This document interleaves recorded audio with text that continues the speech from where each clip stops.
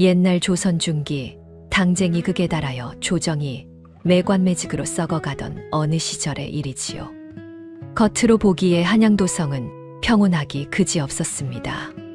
종루의 종소리는 여느 때처럼 울렸고 저작거리의 장사꾼들은 부지런히 좌판을 열었습니다. 허나 해가 떨어지고 달이 떠오르면 도성의 공기는 묘하게 달라졌습니다. 바람결에는 어딘지 모를 비린내가 섞여들었고 골목 어귀마다 사람들은 낮은 목소리로 수군거렸습니다. 또 어느 대감이 자다가 숨이 끊겼다지 뭡니까? 보이지 않는 저승사자가 한양을 떠돈다 합디다. 흉흉한 소문은 입에서 입으로 옮겨 다녔습니다. 핏빛으로 물든 달은 그저 묵묵히 한양의 지붕들을 내려다볼 뿐이었지요. 그 흉흉한 도성 한 귀퉁이 사직단 너머의 외진 마을에 한 여인이 살고 있었습니다. 이름은 이연생, 나이는 24이었지요. 연생은 한양에서 가장 천대받는 오작인의 딸로 태어나 어미가 죽은 후로는 홀로 시신을 닦고 검시하는 일을 이어왔습니다. 남들은 시체 곁에 다가서기 조차거렸지만 연생의 손끝은 흔들리지 않았지요. 핏자국 한 점과 살갗에 번진 보랏빛 한 줄에서도 죽음의 사연을 읽어내는 여인이었습니다. 비단 옷보다 피가 튄 삼배 앞치마가 더 잘 어울리는 여인이었지만 혼기가 찬 연생에게도 한 가지 바람이 있었습니다. 구독과 좋아요를 눌러주시면 더 좋은 이야기를 만드는데 큰 힘이 됩니다. 내 직업을 타박하지 않을 사내. 시체처럼 가만히 누워 잔말 없을 무던한 사내라면 그만이지요. 혼기가 찬 연생은 그런 신랑을 구하러 시장통을 둘러보기 시작하였습니다.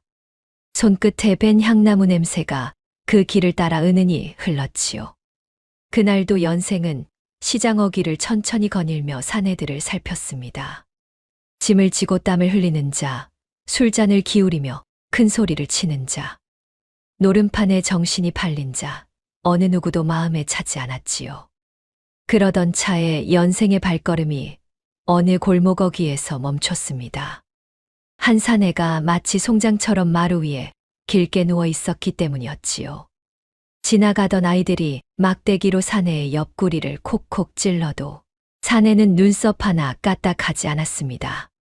저놈이 또 누워있구먼. 사람들의 비웃음 속에서도 사내는 그저 반쯤 감긴 눈으로 하늘만 바라볼 뿐이었습니다. 연생의 입가에 옅은 미소가 번졌습니다. 연생은 망설임 없이 사내 앞에 다가가 쪼그려 앉았습니다. 가까이서 보니 사내의 풍채는 훤칠하였고 이목구비도 수려하기 그지없었지요. 다만 눈을 반쯤 감은 그 표정만이 만사가 귀찮다는 듯 늘어져 있을 따름이었습니다. 여보시오, 선비님. 댁은 뉘시오. 연생이 물었으나 사내는 입술만 겨우 움직였습니다. 민겸호라 하오. 가문이 몰락한 뒤로 누워있는 일 외에는 하는 바가 없으니 그저 모른 척 지나가 주시오. 연생은 도리어 두 눈을 반짝였습니다. 옆에서 시체를 째도 파리 한 마리 쫓지 않을 사내, 잔소리 한마디 없을 사내, 바로 연생이 찾던 신랑감이었지요. 선비님, 저와 혼인합시다.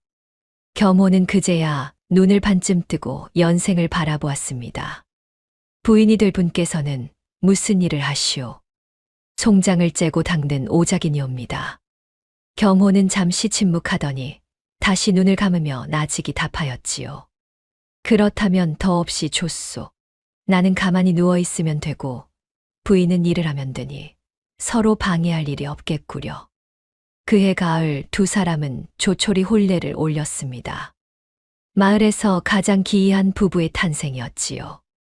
혼례를 올린 첫날 밤에도 겸호는 마루에 누워 하품만 하였습니다. 연생은 그런 서방을 흘끔 보고는 도리어 마음이 놓였지요. 송장처럼 누워만 있어 주신다면 소첩은 그것으로 좋가옵니다. 이튿날부터 두 사람의 살림이 시작되었습니다. 연생은 마당 한 구석에 검시대를 차렸고 겸호는 마루 위에 자리를 잡았지요. 연생이 시신을 째어 핏물이 마당으로 흘러도 겸호는 눈썹 하나 움직이지 않았습니다. 끼니 때가 되면 연생이 차려준 밥상을 누운 채로 받아먹었고 다시 모로 돌아 누워 잠을 청할 따름이었지요. 이보다 더 좋은 서방이 또 어디 있겠습니까? 연생은 시집을 잘 왔다는 확신이 손끝에 묻은 향나무 냄새처럼 은은히 번졌지요. 기묘한 부부의 살림은 의외로 평화로웠습니다. 연생이 새벽같이 일어나 검시대를 정돈하면 겸호는 그 소리에 맞춰 한 번 돌아눕는 것이 하루의 시작이었지요. 사람들은 처음에는 혀를 찼습니다. 저댁 서방은 송장이 따로 없구만. 저런 사내를 무엇하러 거두었는지 알다가도 모르리리네. 허나 연생은 개의치 않았습니다. 도리어 일이 늘어 늦게 돌아오는 날에도 마루 위에 어김없이 누워있는 서방을 보면 마음이 한결 편해졌지요. 겸호 또한 누운 채로 한마디씩 던지는 법을 알았습니다. 부인, 오늘은 살구꽃 향이 옷자락에 묻었구려. 검시소 뒷길로 돌아오셨소. 연생은 빙긋 웃었지요. 서방님은 누워서도 어찌 그리 잘하십니까? 가만히 누워있으면 세상이 알아서 귀로 들어오는 법이요. 검시로 거칠어진 손끝과 시체 냄새의 절은 옷자락을 마다하지 않는 서방이었습니다. 연생은 처음으로 누군가의 곁에 있다는 따스함을 알아갔지요. 계절이 한 차례 바뀌어 마당에 있는 감나무에 붉은 열매가 매달리던 무렵이었습니다. 연생의 살림은 더없이 평안했습니다. 검시소에서 돌아오면 마루 위에 누운 서방이 한결같이 자리를 지키고 있었고 그 곁에는 옆집 안악이 들여놓고 간 좁쌀 한 되박이 놓여있곤 하였습니다. 부인, 오늘은 동쪽에서 매캐한 연기 냄새가 흘렀소. 겸호는 누운 채로 그날 하루의 마을 풍경을 읊어주었습니다. 누가 어느 골목을 지나갔는지, 어느 집에서 무엇을 끓였는지, 어느 노새가 발을 절뚝였는지까지 마치 눈으로 본 듯 일러주었지요. 연생은 처음에는 그 말솜씨를 그저 한가한 자의 농지거리로 여겼습니다. 허나 다음날 시장에 나가보면 겸호의 말이 한치도 어김이 없었지요. 서방님 묘어 계시면서 어찌 마을이를 다 꿰뚫고 계십니까? 겸호는 옅게 웃으며 답했습니다. 부인이 시신의 손톱 밑을 보고 사연을 읽듯 나는 발소리와 냄새로 사람을 읽을 따름이요. 그날 밤 연생은 처음으로 서방의 옆자리에 가만히 누워보았습니다. 마루를 통해 전해지는 가을 밤바람의 떨림이 두 사람의 살갗에 나란히 닿았지요. 화롯불은 타닥타닥 소리를 내며 붉게 피어올랐고 그 불빛에 비친 두 사람의 그림자는 마치 한 폭의 그림처럼 서로에게 기대어 있었습니다. 그러던 어느 날이었습니다. 새벽녘부터 관아의 군졸들이 연생의 집 앞에 들이닥쳤지요. 오자기는 어서 채비하라. 조정의 판서대감께서 자택에서 극사하셨으니 시신을 검시소로 옮길 것이다. 연생은 묵묵히 검시 도구를 챙겨들었습니다. 마루 위의 겸호는 그 분주한 발소리를 들으며 한쪽 눈을 가늘게 떴지요. 부인, 오늘 들어온 군졸들의 목소리와 발걸음이 무언가를 감추려는 자들 같구려. 연생은 잠시 멈칫하였으나 이내 옷고름을 다잡고 길을 나섰습니다. 검시소에 당도하니 판서대감의 시신은 이미 검시대 위에 놓여 있었지요. 관가의 관원들은 한결같이 입을 모았습니다. 필시 고열로 쓰러진 것이니 검시는 형식만 갖추고 빠르게 끝내거라. 연생은 고개를 숙인 채 시신 곁에 다가섰습니다. 허나 손끝이 시신의 손목에 닿는 순간 연생의 미간이 잠시 굳어졌지요. 무언가 심상치 않은 기운이 차가운 살갗을 타고 올라왔습니다. 연생은 시신의 손가락을 천천히 들어 올렸습니다. 손톱 밑에 옅게 번진 보랏빛 반점이 등불 아래 어른거렸지요. 여느 고혈에서는 결코 나타나지 않는 빛깔이었습니다. 연생은 손목을 살며시 코끝에 가져갔지요. 살얼음 같은 살갗 사이로 희미하게 풍기는 향이 있었으니 한양 어느 약방에서도 맡아본 적이 없는 낯선 풀의 냄새였습니다. 서역의 독초향이 분명하구나. 연생은 속으로 되뇌었습니다. 곁눈질로 검시소 바깥을 살피니 관원들이 팔짱을 끼고 어서 끝내라는 듯 눈짓을 보내고 있었지요. 연생은 짐짓 태연한 얼굴로 시신을 덮었습니다. 고혈로 보이옵니다. 거짓보고를 입에 담은 그 순간 등줄기로 차가운 땀이 한 줄기 흘러내렸지요. 관원들이 흡족한 얼굴로 시신을 옮겨가는 동안 연생은 시신의 옷자락에서 떨어진 작은 천조각을 몰래 소매자락에 감추었습니다. 집으로 돌아온 연생은 그 조각을 등잔 아래에 펼쳐보았지요. 보랏빛 가루가 등불에 반사되어 묘하게 반짝였습니다. 마루 위의 겸호는 그 기척을 알아채고 나직이 입을 열었지요. 부인, 오늘 부인의 옷자락에서 낯선 풀냄새가 따라왔구려. 한양 땅의 것이 아니오. 연생은 작은 천조각을 종이에 곱게 싸 가슴 깊이 품었습니다. 마당 너머로 부엉이 한 마리가 길게 울었지요. 무언가 거대한 그림자가 이 도성을 뒤덮고 있다는 예감이 연생의 가슴 한복판에 묵직하게 내려앉았습니다. 그날 밤 연생은 잠을 이루지 못하고 마루 끝에 걸터 앉았습니다. 가을 바람이 옷고름을 흔들었고 하늘에는 둥근 달이 유난히 밝게 떠 있었지요. 겸호는 평소처럼 마루 안쪽에 누워 있었으나 그날따라 눈을 감지 않고 처마 끝의 달을 바라보고 있었습니다. 부인 무엇이 그리 마음을 누르시오. 연생은 잠시 망설이다 가슴에 품었던 종이를 풀어보였지요.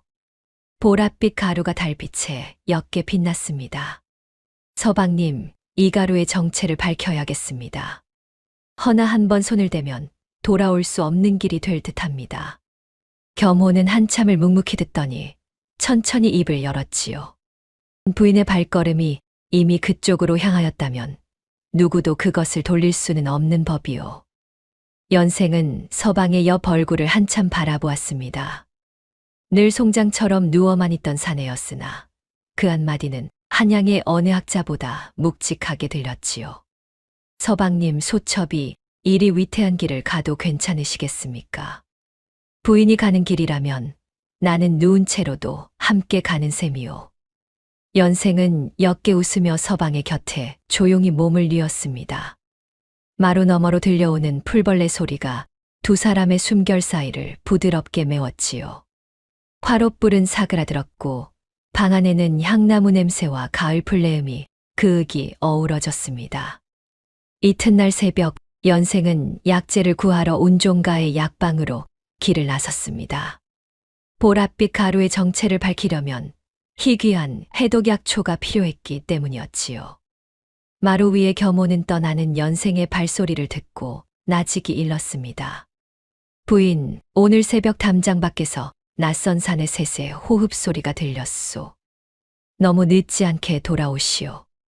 연생은 잠시 멈칫하였으나 약재가 시급한 터라 발걸음을 재촉하였지요.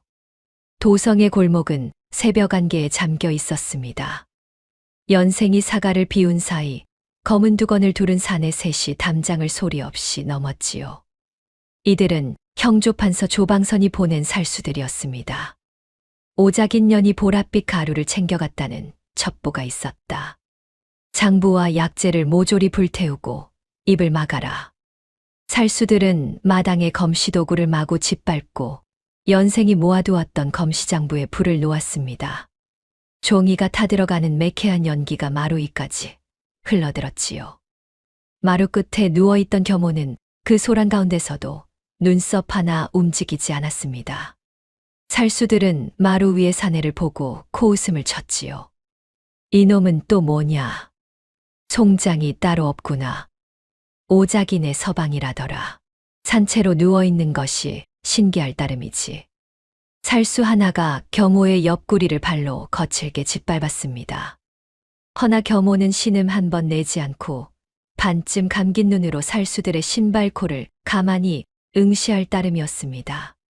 살수들은 이를 마쳤다 여기고 담장을 다시 넘어 사라졌지요. 운종가에서 약재를 손에 넣고 돌아오던 연생은 멀리서 피어오르는 검은 연기를 보고 가슴이 철렁 내려앉았습니다. 걸음이 점점 빨라지더니 이내 치맛자락을 움켜쥐고 내달리기 시작하였지요. 사가의 살인문은 부서져 있었고 마당 한복판에는 검시장부의 잿더미가 바람에 흩날리고 있었습니다. 약재 단지들은 산산조각 났고 검시대는 두동강이 나 있었지요. 서방님. 연생은 비명을 지르며 마루로 뛰어올랐습니다. 겸호는 평소와 다름없는 자세로 누워 있었으나 입가에는 굳어버린 핏물이 검붉게 말라붙어 있었지요. 연생의 두 눈에서 굵은 눈물이 뚝뚝 떨어졌습니다. 평생을 시신 앞에서도 흔들리지 않던 손끝이 그제야 떨리기 시작하였지요. 이 못난 소첩 때문에 서방님께서 이 지경이 되셨습니다. 어찌 이 일을 감당하오리까. 연생은 서방의 가슴 위에 얼굴을 묻고 오열하였습니다. 향나무 냄새가 배인 옷자락이 눈물에 젖어들었지요. 그때였습니다. 차갑게 식은 줄로만 알았던 겸호의 입술이 천천히 달싹였지요. 부인, 그리 우실 일이 아니오. 연생은 화들짝 고개를 들었습니다. 겸호는 여전히 누운 자세 그대로 반쯤 감긴 눈으로 허공을 응시하고 있었지요. 내 옆구리를 밟고 간 그자의 신발에서 한양 땅 어디에도 없는 묘한 이끼 냄새가 났소. 연생의 눈물이 멎었습니다. 서방의 입에서 흘러나온 그 한마디는 슬픔보다 훨씬 더 묵직한 무언가를 품고 있었지요. 그자들의 발걸음 소리를 내 똑똑히 기억해 두었으니 부인은 마음을 가다듬으시오. 연생은 떨리는 손으로 서방의 옷고름을 풀어 상처를 살폈습니다. 갈빗대 두엇이 어그러진 듯하였으나 다행히도 목숨에는 지장이 없었지요. 서방님, 이 무슨 변고이옵니까? 어찌 신음 한 번 내지 않으시고 그 매를 견디셨습니까? 겸호는 옅게 웃었습니다. 움직이지 않으니 도리어 살았소. 송장인 척하면 송장으로 여겨 그냥 가는 법이요. 연생은 그 말에 가슴이 미어졌지요. 평생을 게으름뱅이로만 알았던 서방이 실은 누구보다 영민한 사람이었음을 그제야 깨달은 까닭이었습니다. 겸호는 마루에 누운 채로 천천히 입을 열었습니다. 부인, 내 지난 3년간 이 마루 위에서 한 일이 무엇인 줄 아시오? 그저 누워만 있었던 것이 아니오. 허면 무엇을 하셨습니까? 한양도성의 모든 발소리를 외워두었소. 누가 어느 골목을 어느 보폭으로 걷는지, 어느 사내가 어느 풀냄새를 묻히고 다니는지 이 머릿속에 차곡차곡 쌓아두었소. 연생의 두 눈이 크게 떠졌습니다. 평생을 시신의 흔적만 읽어왔던 연생 앞에 산 사람의 흔적을 모조리 읽어내는 또 한 명의 검시관이 누워 있었던 셈이었지요. 서방님, 소첩이 서방님을 너무 몰랐습니다. 연생은 서방의 손을 꼭 쥐었습니다. 두 사람의 손끝에는 가을 새벽의 찬 기운이 머물러 있었지요. 연생은 서방의 머리맡에 단정히 앉아 귀를 기울였습니다. 겸호는 천천히 마치 두루마리를 펴듯 그날 새벽의 기억을 풀어놓았지요. 내 옆구리를 밟고 간 자의 신발에서는 음지 이끼의 냄새가 진하게 났소. 그 이끼는 한양 어디에도 자라지 않는 것이요. 오직 사직단 뒤편 햇빛이 닿지 않는 비밀 창고의 돌담에서만 자생하는 것이지요. 연생의 손끝이 가늘게 떨렸습니다. 사직단 뒤편이라면 형조판서 조방선의 사가와 가까운 자리였지요. 겸호는 말을 이었습니다. 또한 그자들의 보폭은 한자 반에 한 박자, 호흡은 7걸음에 한 번씩 가쁘게 몰아쉬고 있었소. 이 걸음은 평범한 왈패의 것이 아니요. 군문에서 단련된 자의 호흡이지요. 하시면 그자들이 군관이란 말씀이옵니까? 그뿐이 아니요. 얼마 전 독살된 대감의 장례 행렬이 우리 사가 앞을 지날 때 행렬 뒤를 은밀히 따르던 사내 셋이 있었소. 그 셋의 보폭과 호흡이 오늘 새벽에 우리 집에 온 자들과 한치도 어김이 없었소. 연생의 두 눈이 매섭게 빛났습니다. 모든 조각이 한 사람의 이름으로 모아지고 있었지요. 조정의 형조판서 조방선이었습니다. 서방님의 귀는 한양도성의 그 어떤 장부보다 정확하옵니다. 연생은 칼을 갈 듯 입술을 굳게 다물었습니다. 그날 밤 연생은 검은 무명천으로 머리를 감싸고 검시도구가 든 가죽주머니를 허리에 단단히 동여매었습니다. 마루 위에 겸호가 가만히 일렀지요. 부인 사직단 뒤편 돌담을 따라 북쪽으로 30걸음을 가면 늙은 회화나무가 한 그루 서 있을 것이요. 그 뿌리 아래에 창고로 통하는 쪽문이 있다 들었소. 어찌 그것까지 아십니까? 지난 봄 약초꾼 노인이 마루 앞을 지나며 혼잣말로 흘리고 갔소. 연생은 고개를 끄덕이고 살인문을 나섰습니다. 한양의 밤하늘에는 구름이 두텁게 깔려 있었고 멀리서 천둥이 낮게 울었지요. 사직단에 이르자 인적이 끊긴 돌담길이 길게 이어졌습니다. 연생은 서방의 말대로 회화나무 아래의 쪽문을 찾아 조심스레 몸을 밀어 넣었지요. 창고 안에는 횃불 두엇이 일렁이고 있었습니다. 벽을 따라 늘어선 옹기단지마다 보랏빛 가루가 가득 담겨 있었고 한쪽 구석에는 두툼한 장부가 차곡차곡 쌓여 있었지요. 연생은 숨을 죽이고 장부 한 권을 펼쳐보았습니다. 매관매직의 내역과 독살된 대감들의 이름이 빼곡히 적혀 있었지요. 이것이로구나. 연생이 장부를 품에 넣으려던 그 순간 등 뒤에서 차가운 목소리가 들려왔습니다. 하찮은 내 손가락 끝에서 조정의 명운이 바뀔 줄 알았더냐. 연생은 천천히 몸을 돌렸습니다. 횃불 아래 검은 도포를 두른 사내가 팔짱을 낀 채 서 있었으니 형조판서 조방선이었지요. 조방선의 뒤로 살수 넷이 칼을 빼들고 천천히 다가왔습니다. 연생은 등 뒤로 식은땀이 흘러내리는 것을 느꼈지요. 조방선은 입꼬리를 비틀며 천천히 다가왔습니다. 손에는 작은 약병이 들려 있었지요. 내 발로 이 창고에 걸어 들어왔으나 내 발로 걸어 나갈 생각은 버리거라. 이 독을 마시고 곱게 누우면 세상은 내가 죄책감에 스스로 무너진 오작이니라 기억할 것이다. 살수들이 연생의 양팔을 단단히 붙잡았습니다. 조방선은 옥병의 뚜껑을 열어 연생의 입가에 가져다 대었지요. 서역의 맹독에서 풍기는 그 낯선 풀냄새가 연생의 코끝을 찔렀습니다. 검시대 위에서 수없이 맡았던 보랏빛 죽음의 향이었지요. 연생은 눈을 질끈 감았습니다. 그 순간 마루 위에 누워있던 서방의 목소리가 귓가에 또렷이 되살아났지요. 군문에서 단련된 자라도 호흡이 7걸음에 한 번씩 가빠지는 자라면 콧속이 약점이요. 매운 가루 한 줌이면 그 호흡을 모조리 끊을 수 있는 법이요. 연생에 감겼던 눈이 번쩍 떠졌습니다. 허리춤의 가죽 주머니 안에는 검시용으로 늘 지니고 다니던 초석가루가 한 줌 들어 있었지요.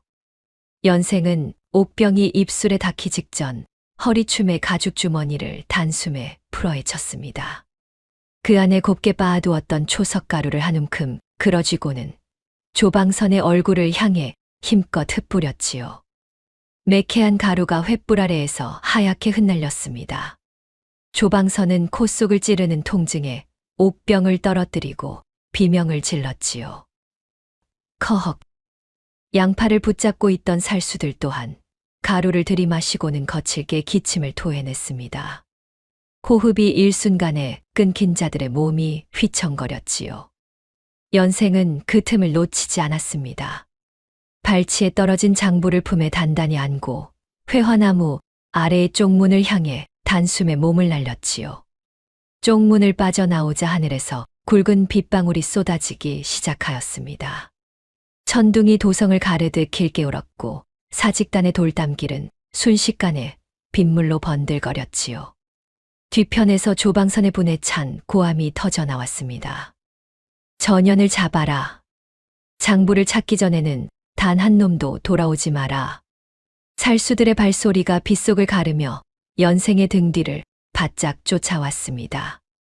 연생은 치맛자락을 허리에 동여매고 한양의 골목을 내달렸지요. 가쁜 숨이 목구멍을 태우고 비에 젖은 집시는 자갈길에서 자꾸만 미끄러졌습니다. 연생의 귓가에 또다시 서방의 목소리가 환청처럼 스쳐 지나갔지요. 부인 사직단에서 의금부로 가는 길은 큰 길로 가면 반드시 막히는 법이요. 좁은 골목 세 번째 모퉁이에서 배수구의 시큼한 냄새를 따라 꺾으시오. 그 길을 따라 곧장 달리면 의금부 후문이 나올 것이요. 연생은 머뭇거리지 않았습니다. 빗물에 섞여 흘러내리는 시큼한 배수구 냄새를 코끝으로 쫓아 좁은 골목으로 몸을 휙 꺾었지요. 뒤쫓던 살수들은 큰 길로 곧장 내달리다 연생의 종적을 놓치고 빗속에서 우왕좌왕하였습니다. 연생은 골목과 골목을 가로지르며 달렸습니다. 가슴팍의 장부는 빗물에 젖지 않도록 옷섭 깊이 묻혀 있었고 두 다리는 그 어느 때보다 가뿐히 빗물을 갈랐지요. 저 멀리 의금부의 처마 끝에 걸린 등불이 빗줄기 너머로 어른거리기 시작하였습니다. 연생은 거친 숨을 몰아쉬며 마지막 골목을 빠져나왔지요. 이 장부 하나에 한양의 명운이 달렸다. 단 한 걸음도 멈출 수 없다. 연생의 입술 사이로 굳은 다짐이 흘러나왔습니다.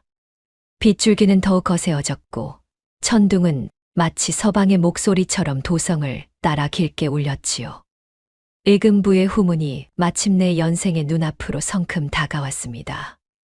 연생은 의금부 후문을 두드려 당직 판관 앞에 곧장 인도되었습니다. 비에 흠뻑 젖은 몰골이었으나 두 눈만은 횃불보다 형형이 빛났지요. 소인 한양의 오작인 이연생이옵니다. 형조판서 조방선대감의 죄상을 고하러 왔사옵니다. 판관은 코웃음을 쳤습니다. 천한 오작인이 무슨 죄상을 고한다는 것이냐. 연생은 옷서풀 풀어품 안에 장부를 꺼내 판관 앞에 펼쳐 보였습니다. 매관매직의 내역과 독살된 대감들의 이름이 빼곡히 적힌 그 두루마리를 보고 판관의 안색이 새파랗게 질렸지요. 이뿐이 아니옵니다. 연생은 소매자락에서 종이 한 장을 꺼내 들었습니다. 판서대감의 옷자락에서 떼어낸 작은 옷조각과 보랏빛 가루가 곱게 쌓여 있었지요. 이 가루는 서역에서만 들어오는 설화독이옵니다. 한양의 어느 약방에서도 구할 수 없으며 오직 사직단 뒤편의 비밀 창고에서만 제조되옵니다. 소인 그 창고를 두 눈으로 똑똑히 보고 왔사옵니다. 판관은 떨리는 손으로 장부를 한 장 한 장 넘겼습니다. 그동안 의문의 급사로 묻혔던 대감들의 이름이 차례차례 적혀 있었지요. 지난 봄 자택에서 쓰러진 호조의 정대감, 한 달 전 사가에서 숨이 끊긴 예조의 김대감, 그리고 며칠 전 검시대 위에 올라왔던 판서대감까지 모두가 조방선에게 뇌물을 바치고 관직을 산 자들이었습니다. 큰 비밀을 알게 된 자들은 토사구팽의 칼날 아래 차례로 쓰러졌고 그 죽음은 단순한 고혈로 묻혀왔던 것이지요. 연생은 고개를 똑바로 들고 판관을 마주보았습니다. 송장의 손톱 밑은 거짓을 모르옵니다. 시신은 말이 없으나 시신의 흔적은 모든 것을 말하옵니다. 판관은 한참 동안 침묵하더니 마침내 자리를 박차고 일어섰습니다. 의금부 포교들을 모조리 깨워라. 동이 트기 전에 사직단을 둘러쌀 것이다. 빗속의 의금부의 비상을 알리는 종이 길게 울렸습니다. 그 종소리는 한양의 어둠을 가르며 도성 끝까지 퍼져나갔지요. 동이 트기 전 의금부의 포교들이 횃불을 들고 사직단을 겹겹이 둘러쌌습니다. 빗줄기는 잦아들었으나 새벽 안개가 돌담 위로 자욱하게 깔려 있었지요. 회화나무 아래의 쪽문이 부서지고 비밀 창고의 옹기단지들이 줄줄이 끌려 나왔습니다. 보랏빛 가루와 독약 제조 도구, 그리고 매관매직의 또 다른 장부들이 환한 횃불 아래 낱낱이 드러났지요. 조방선은 도포자락을 휘날리며 도주를 시도하였으나 의금부 포교들의 칼끝에 가로막혔습니다. 콧속이 아직 매워 호흡이 가쁜 살수들 또한 차례로 결박되었지요. 포교의 호통에 조방선은 이를 갈았으나 그 입에서 나올 말은 더는 남아있지 않았습니다. 며칠 후 도성 한복판에서 형조판서 조방선과 그 일당의 죄상이 백성들 앞에 낱낱이 공표되었지요. 매관매직과 연쇄독살의 진상이 만천하에 드러나니 도성의 민심은 크게 들끓었습니다. 조방선은 차명에 처해졌고 그 가솔과 살수들 또한 모조리 형장의 이슬로 사라졌지요. 억울한 누명을 쓰고 옥에 갇혀 있던 시장 왈패들은 풀려나 식솔들의 품으로 돌아갔습니다. 조정에서는 사건의 진상을 밝힌 공로로 연생에게 두툼한 포상금과 함께 한 장의 첩지를 내렸지요. 첩지에는 굵직한 먹글씨로 한양 최고의 명검시관이라 쓰여 있었습니다. 천대받던 오작인의 딸이 도성제일의 검시관으로 거듭난 셈이었지요. 손끝에 밴 향나무 냄새가 그 어느 비단옷보다 향기롭게 풍기는 아침이었습니다. 세상 사람들은 입을 모아 수군거렸습니다. 이제 그댁 서방님도 벼슬길에 오르겠지요. 부인이 그만한 공을 세웠으니 어찌 마다하겠습니까? 가문도 다시 일으키고 비단옷을 두르고 사인교를 타고 다닐 것이 분명합니다. 허나 정작 마루 위의 겸호는 그 소문을 듣고도 눈썹 하나 까딱하지 않았지요. 연생이 받은 두툼한 포상금을 손에 쥐고 마루 끝에 걸터 앉아 물었습니다. 서방님, 이 돈을 무엇에 쓰면 좋겠습니까? 큰 사과를 한 채 들여 종복도 두어 명 부리는 것이 어떻겠습니까? 겸호는 반쯤 감긴 눈으로 천천히 답하였지요. 부인, 큰 사과도 종복도 다 부질없소. 그저 세상에서 가장 두껍고 푹신한 비단보료 한 채면 좋카오. 연생은 한참을 웃었습니다. 송장 같은 서방의 본분은 어디 가도 변치 않는 모양이었지요. 며칠 후 마루 위에는 한양에서 가장 두툼한 최고급 비단보료가 깔렸습니다. 겸호는 그 위에 길게 누워 흡족한 얼굴로 하품을 길게 늘어뜨렸지요. 이제야 누울 자리가 같구려.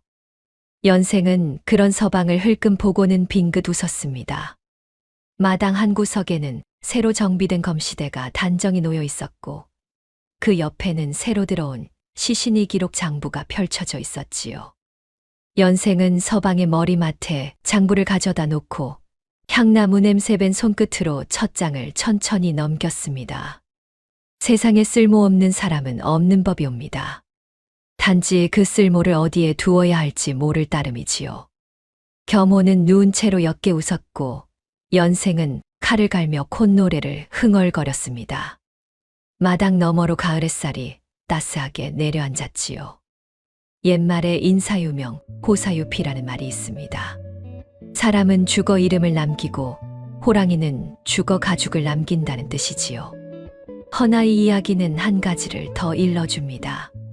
사람의 진정한 쓸모는 모양새로 가늠할 것이 아니며 게으름뱅이의 귀가 도성을 구하기도 하고 천대받던 손끝이 조정을 바로 세우기도 한다는 사실을 말이지요. 오늘 이야기 어떠셨나요? 다음 이야기 빠르게 만나보시려면 좋아요와 구독을 눌러주세요. 그럼 더 재미있는 이야기로 찾아뵙겠습니다. 감사합니다.